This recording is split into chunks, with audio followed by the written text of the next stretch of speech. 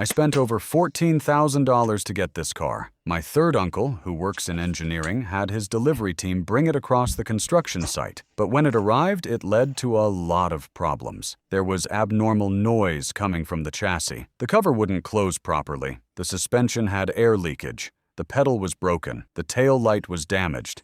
Even the seats had cigarette burn holes. Everywhere I looked, there was an issue. At first, I didn't even want to accept it. But my third uncle told me, just take this old car. With some repairs, it'll be as good as a domestic one. Honestly, I was skeptical, but I decided to go for it. Now, I'm planning to spend a week restoring it. After seeing the final result, do you think it was worth it?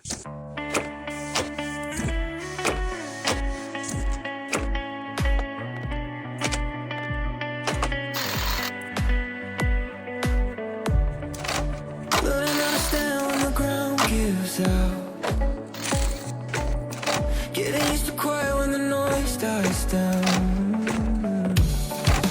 I can see the damage when I look around, but I'm still here breathing, so I'm here for now.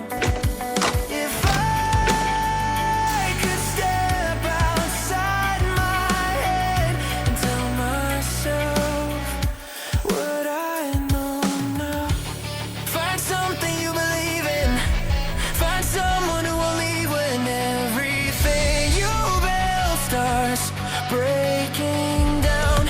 Find a place you can return to. Find a truth you can hold on to when the lights go out and you're lost somehow. It's love, love, love, love. When everything's falling in and out, it's love,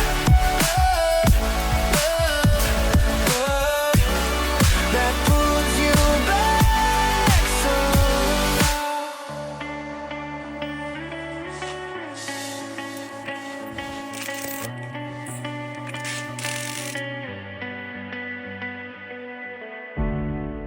I gave all my time to the wrong mistakes.